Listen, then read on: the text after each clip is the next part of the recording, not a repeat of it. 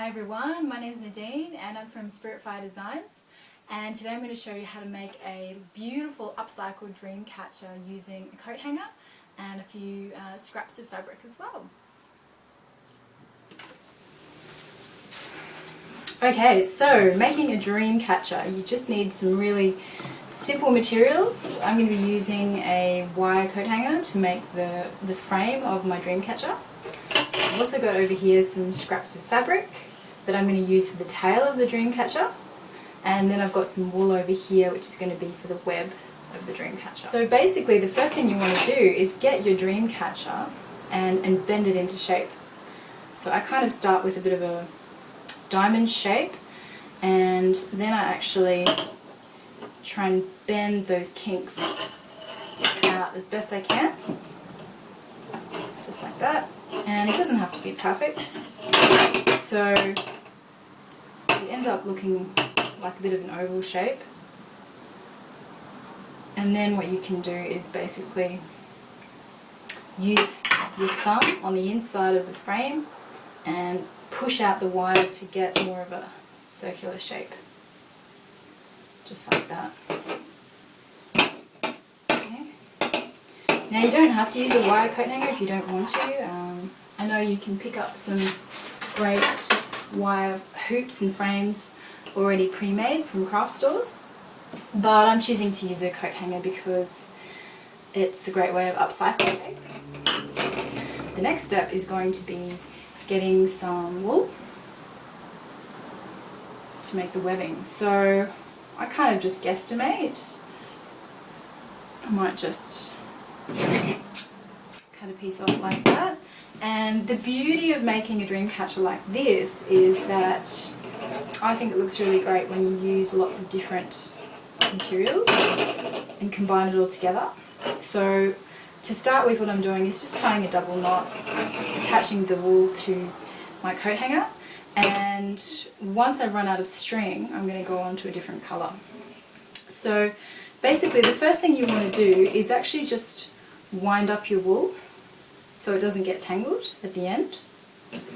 And then what you want to do is hold onto the frame with your left hand, and with your right hand hold onto the wool, and basically make a bit of a line that goes from one side to the other. So now that you've made that line, you can see there's a bit of a hole in here where my finger's sticking out. What you want to do is get that wool and actually put it behind the frame and pull it through like that. So you just keep on doing that all the way around the frame, and the trick is to really, once you've made that loop, the trick is to pull it tight. The tighter you pull it, the neater your dreamcatcher is going to be. So almost at the end, just like that. Now comes the next stage. So once you get almost to the end, instead of this time latching onto the wire frame again, what you're going to do is actually latch onto that first pink string that's been put on. So same thing as before, you want to get your wool and actually put it sort of behind that first piece of wool, through that hole there, and pull it tight so it ends up in the middle of that first loop.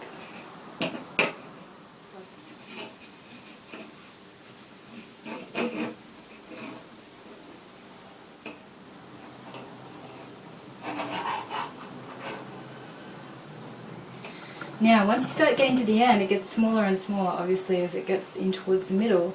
So sometimes what I like to do is actually skip every second loop and just finish it off that way. I just find something to tie it off with, nice and tight, and usually do a double knot, just like that. Cut a little bit of the excess off. And there we go. So that's the webbing part for your dreamcatcher done.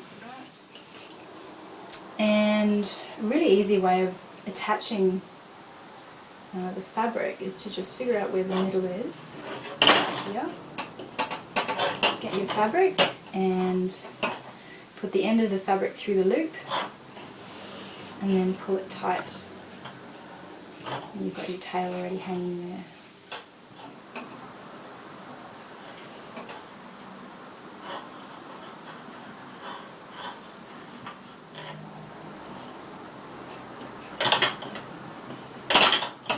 Okay, so now what you can do is you can trim off the ends if they need a bit of trimming. There we have our fantastic upcycled dream catcher made with a coat hanger and just some scraps of fabric in wool.